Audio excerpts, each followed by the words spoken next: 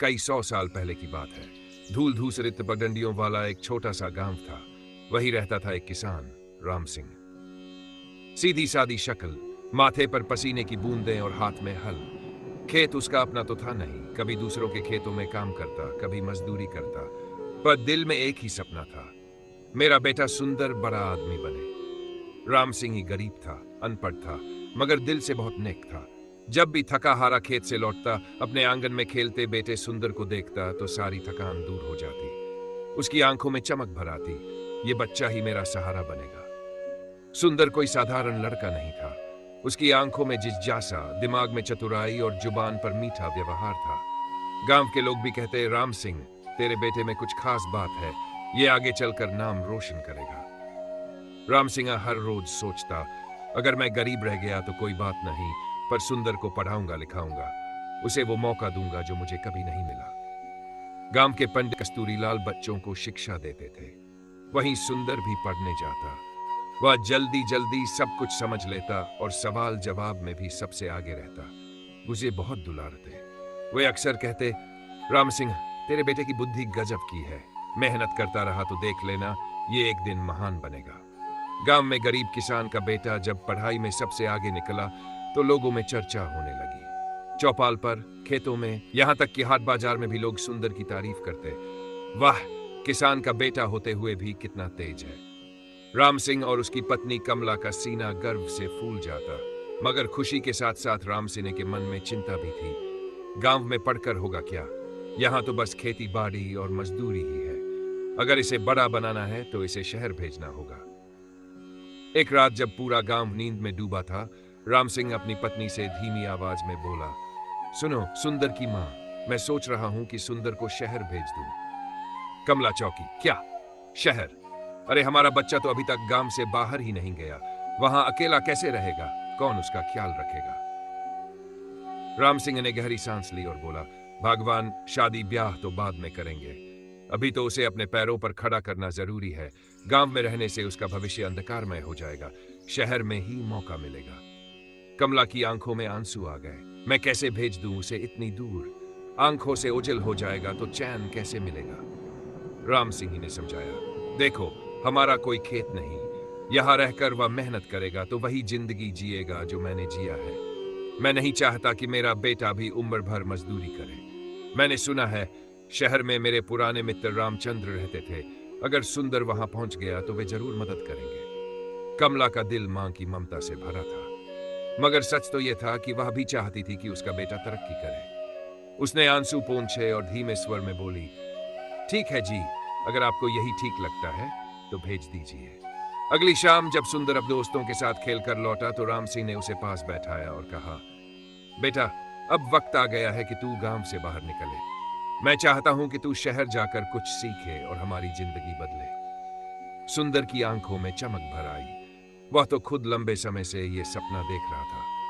उसने कहा, पिताजी, मैं भी यही चाहता हूं। डर तो बस यही था कि कहीं आप इजाजत न दें। अब जब आप ही मुझे भेजना चाहते हैं तो मैं वादा करता हूं, मैं कुछ बनकर ही लौटूंगा। अगले दिन सुबह सुबह गांव के लोग इकट्ठे हुए। सबको पता चला कि राम सिंह अपने बेटे को शहर भेज रहा है। कोई कह रहा था, अरे इतनी छोटी उम्र में? कोई कहता, नहीं, यही सही है, लड़के को मौका मिलना चाहिए। सुंदर ने माता पिता के पैर छुए। मां की आंखें आंसुओं से भीगी थी। पिता ने उसके कंधे पर हाथ रखकर कहा, बेटा, याद रख, हिम्मत मर्दा, मदद खुदा। अगर तू साहस करेगा तो खुदा भी तेरी मदद करेगा। और इस तरह एक छोटे से गांव से अपने सपनों का बोझ उठाए सुंदर पहली बार शहर की ओर रवाना हो गया। लेकिन उसे क्या पता था कि यह सफर आसान नहीं होगा। यह सफर उसकी बुद्धि और चतुराई की सबसे कठिन परीक्षा बनने वाला है। सुंदर पहली बार गांव से बाहर निकला था। पगडंडी, खेत, तालाब, मिट्टी की झोपड़ियां, सब कुछ पीछे छूट गया। वह अपने सपनों की गठरी बांधे शहर की ओर चल पड़ा। जैसे जैसे वह आगे बढ़ता गया, उसका दिल तेजी से धड़कता गया। वह सोच रहा, ऐसा होगा, लोग कैसे होंगे, क्या मुझे काम मिलेगा, क्या पिताजी का दोस्त सच में मेरी मदद करेगा? कई घंटे की यात्रा के बाद जब सुंदर शहर पहुंचा तो उसकी आंखें चौंधिया गईं। यहां सब कुछ अलग था। ऊंची ऊंची हवेलियां, पत्थरों से बनी चौड़ी सड़कें, सजी संवरी दुकानें, ढेरों लोग इधर उधर भागते हुए। घोड़ों की टाप, तांगे की खटखड़ाहट, गली गली घूमते ठेले वाले, गांव का भोला भाला सुंदर ये सब देखकर अचंभित रह गया। उसने खुद से कहा, वहां तो सचमुच जीवन बदल सकता है। कुछ देर तक भीड़ भाड़ देखते रहने के बाद वह सीधे उस पते की ओर बढ़ा जो उसके पिता ने बताया था। ये वही जगह थी जहां उनके पुराने मित्र रामचंद्र रहते थे, मगर किस्मत को शायद कुछ और ही मंजूर था। दरवाजे पर पूछने पर पता चला, अरे रामचंद्र बेटा, वो तो कई साल पहले गुजर गए। उनका पूरा परिवार भी अब यहाँ नहीं रहता। सुंदर का चेहरा उतर गया, दिल जैसे किसी ने मुट्ठी में जकड़ लिया हो। तो अब मैं कहाँ जाऊं? गांव के लाए थोड़े पैसे जेब में थे, पर वह जानते था कि ये ज्यादा दिन नहीं चलेंगे। फिर भी उसने हिम्मत नहीं हारी। उसने खुद से कहा, निराश होने से कुछ नहीं होगा। पिताजी ने कहा था, हिम्मत करने वालों की मदद खुद भगवान करते हैं। मुझे कुछ न कुछ करना ही होगा। सुंदर ने एक सस्ती सराय ढूंढी और वहीं ठहर गया। अगले ही दिन से वह नौकरी की तलाश में निकल पड़ा। पहले दिन वह एक किराने की दुकान पर गया। सेठ जी, मुझे काम चाहिए। सेठ ने उसे ऊपर से नीचे तक देखा।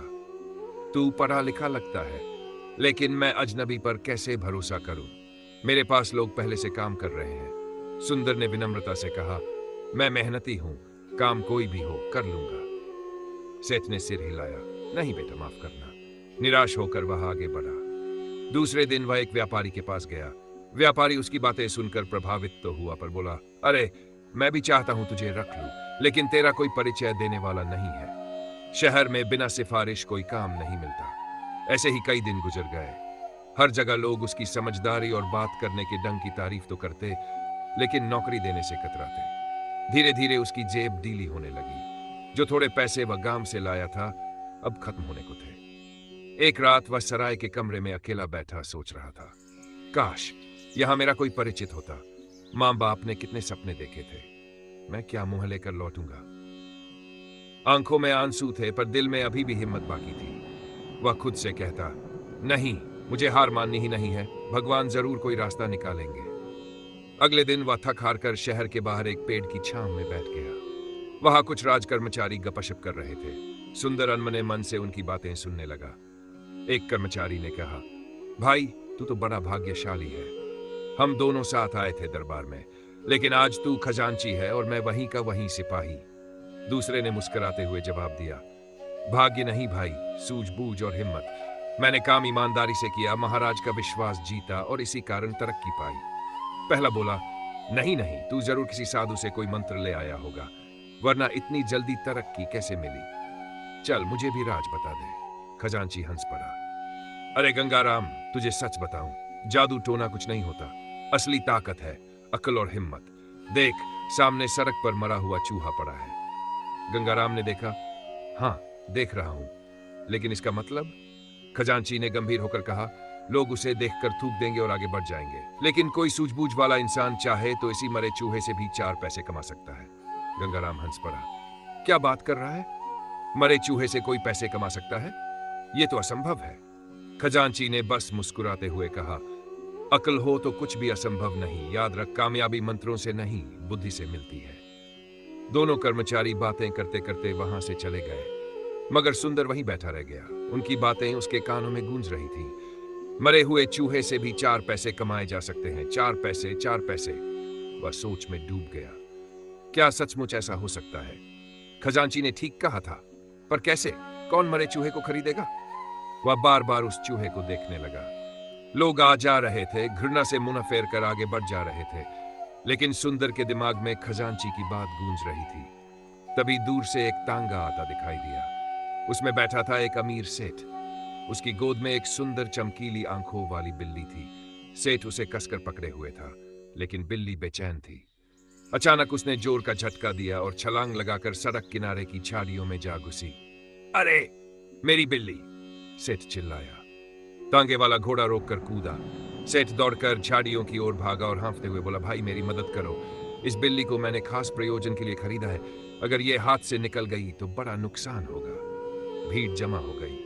किसी ने कहा, यह बिल्ली इतनी डर गई है, कोई हाथ बढ़ाएगा तो पंजा मार देगी। दूसरा बोला, सेठ जी माफ कीजिए, इससे बाहर निकालना आसान नहीं। सुंदर खामोश खड़ा सब देख रहा था, और तभी उसके कानों में फिर गूंजा, मरे हुए चूहे से भी 4 पैसे कमाए जा सकते हैं। उसके दिमाग में जैसे बिजली सी कौंध गई।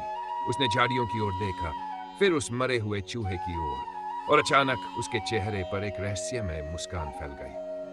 अब कहानी यही सस्पेंस में रुकती है। अगले खंड में मैं लिखूंगा कि कैसे सुंदर अपनी चतुराई से चूहे और बिल्ली का खेल खेलकर पहली बार पैसे कमाता है और सबको चौंका देता है। झाड़ियों में घुसी बिल्ली गुर्रा रही थी, पंजे झाड़ झाड़ कर किसी को पास आने नहीं दे रही थी। सेठ बेचैन होकर बार बार चिल्ला रहा था, कोई मेरी मदद करे, ये बिल्ली मुझे बहुत कीमती पड़ी है, अगर ये भाग गई तो मैं बर्बाद हो जाऊंगा। भीड़ में खुसर पुसर होने लगी, ये बिल्ली हाथ नहीं आएगी, छोड़ दो सेठ जी, किस्मत खराब है आपकी। भाई, कौन अपना खून खराब करे? सबके चेहरों पर लाचारी थी। तभी आगे बढ़ा सुंदर, उसकी आंखों में आत्मविश्वास चमक रहा था। उसने सीधे सेठ की ओर देखा और बोला, सेठ जी, अगर मैं आपकी बिल्ली पकड़ कर दे दूं तो आप मुझे क्या इनाम देंगे? सेठ का चेहरा चमक उठा। उसने तुरंत कहा, बेटा, अगर तू मेरी बिल्ली ले आया तो मैं तुझे चांदी का एक सिक्का दूंगा। यह वादा हेड में खुसर पुसर होने लगी। अरे, ये लड़का तो बड़ा चालाक लगता है, देखते हैं क्या कर पाता है। सुंदर ने मुस्कुराते हुए कहा, ठीक है सेठ जी, आप यहीं खड़े रहिए, आपकी बिल्ली मैं अभी बाहर लाता हूं। यह कहकर वह दौड़ पड़ा उसी तरफ जहां कुछ देर पहले मरा हुआ चूहा पड़ा था। लोग उसकी हरकत देख हक्के बक्के रह गए। अरे, ये तो मरा हुआ चूहा उठा लाया। वाह रे लड़के, पागल तो नहीं हो गया? मरे हुए चूहे से बिल्ली क्या बाहर आएगी? लेकिन सुंदर के चेहरे पर गजब का आत्मविश्वास था। उसने जेब से एक छोटी सी रस्सी निकाली, चूहे की गर्दन में फंदा डाला और धीरे धीरे झाड़ियों की ओर बढ़ा। भीड़ हैरानी से देख रही थी। सुंदर ने सबको पीछे हटने का इशारा किया और बोला, जरा दूर हट जाइए, बिल्ली को डराना मत, बस कुछ ही देर में ये बाहर आ जाएगी। सबकी सांसें थम गई। सुंदर झाड़ियों के पास बैठ गया। उसने चूहे को रस्सी से बांधकर धीरे धीरे झाड़ियों के सामने लहराना शुरू किया। चूहे का मोटा शरीर, लटकती पूंछ और बदबूदार गंध बिल्ली की नाक तक पहुंच गई। गुर्राती हुई बिल्ली ने अचानक अपना रवैया बदला। उसकी आंखों में शिकारी चमक कौंधी। उसने पंजे फैलाए और धीरे धीरे झाड़ियों से बाहर रेंगने लगी। भीड़ एकटक देख रही थी। अरे, बिल्ली सचमुच बाहर आ रही है। वाह रे लड़के, क्या अकल पाई है इसे। कुछ ही क्षणों में बिल्ली लालच में चूहे की ओर चपटी। सुंदर ने फुर्ती से चूहे को पीछे खींचा। बिल्ली और आगे बढ़ी और ठीक उसी पल सुंदर ने अपना हाथ बढ़ाया, बिल्ली की पीठ सहलाई और उसे गोद में उठा लिया। पूरा मैदान तालियों की गड़गड़ाहट से गूंज उठा। वाह, ये लड़का तो बड़ा होशियार है, कमाल कर दिया रे कमाल, इसे कहते हैं बुद्धि का चमत्कार। सेठ दौड़ता हुआ आया। उसकी आंखों में खुशी और राहत थी। उसने सुंदर के हाथ से बिल्ली ली और बोला, बेटा, तूने तो मेरा बड़ा उपकार किया है, ये लो, वादा पूरा करता हूं। सेठ ने अपनी जेब से चमचमाता चांदी का सिक्का निकाला और सुंदर की हथेली पर रख दिया।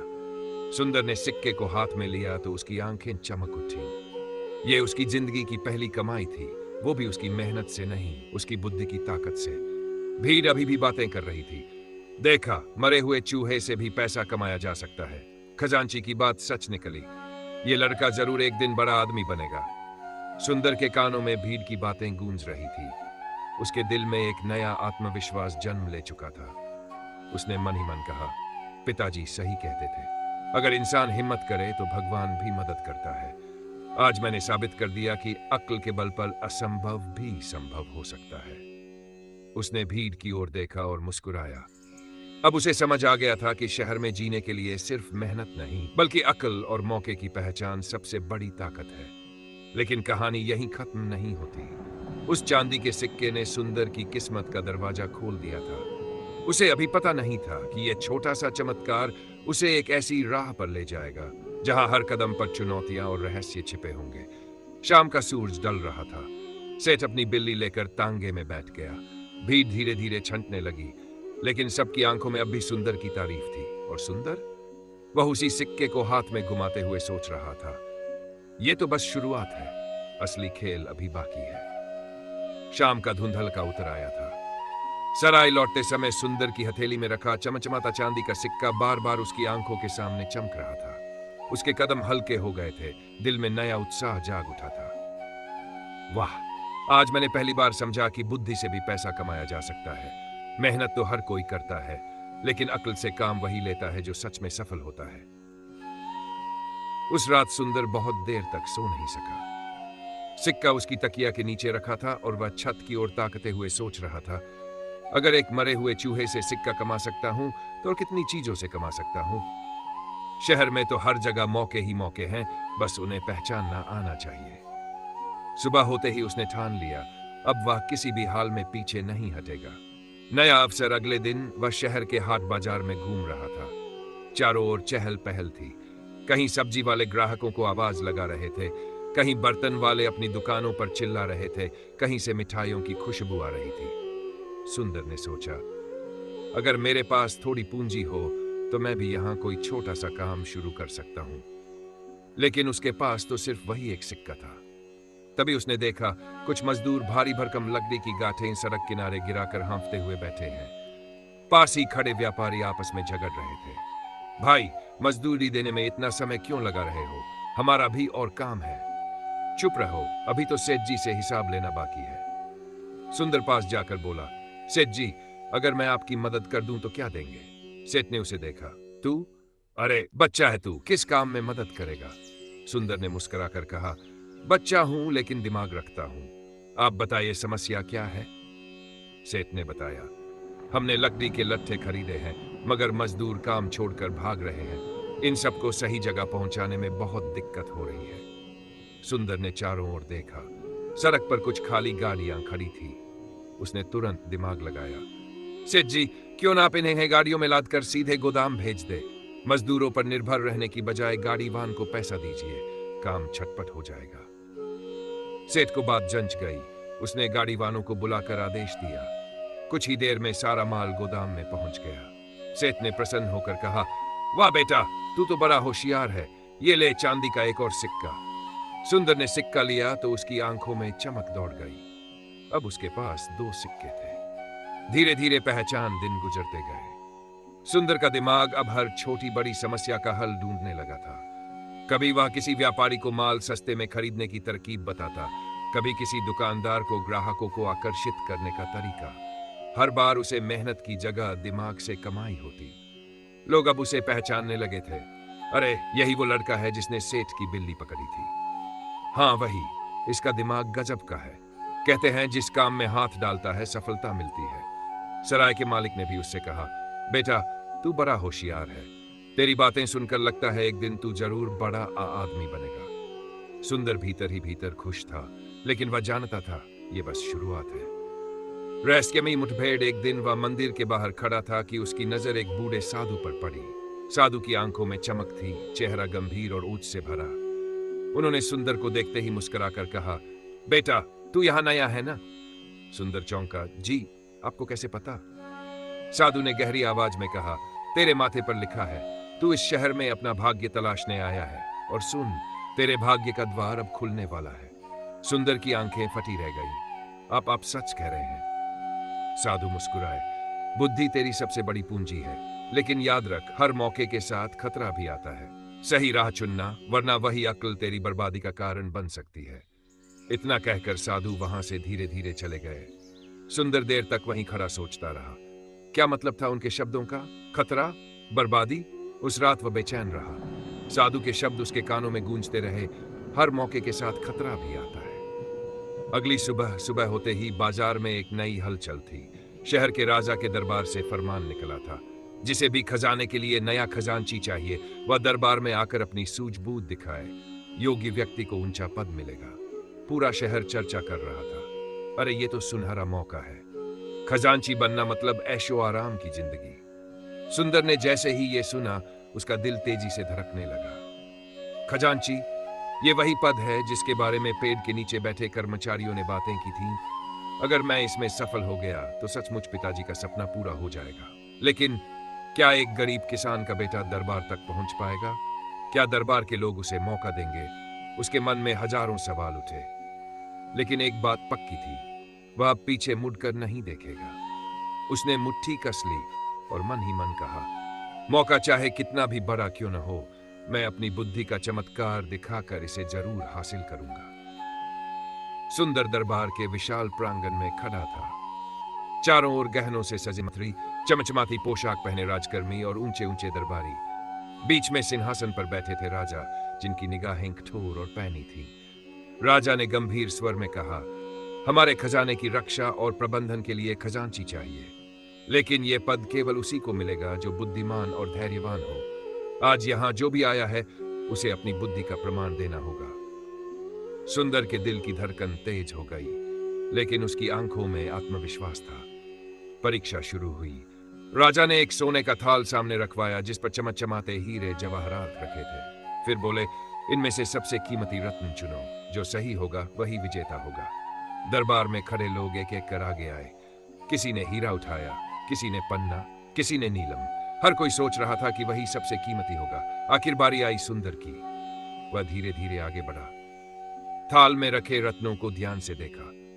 सभी चमक रहे थे, लेकिन अचानक उसकी नजर एक साधारण सी मोती की माला पर पड़ी, जिसे बाकी लोग नजरअंदाज कर चुके थे।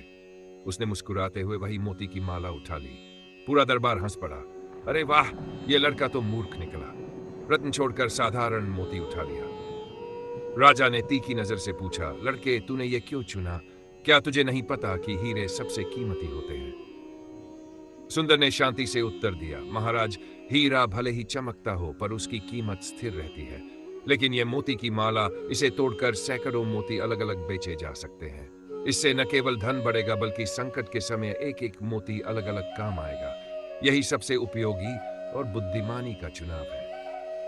राजा उसकी बात सुनकर गंभीर हो गए। दरबारियों की हंसी थम गई। फिर राजा अचानक उठे और सिंहासन से नीचे आकर बोले, वाह बेटा, तूने वही उत्तर दिया जो सच्चे खजांची को देना चाहिए था। चमक दमक में फूसना आसान है, लेकिन जो असली मूल्य समझे वही खरा इंसान है।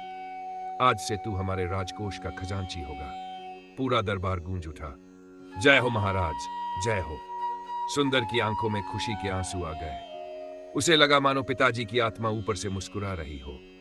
वह समझ गया, साधु ने सही कहा था, हर मौके के साथ खतरा होता है।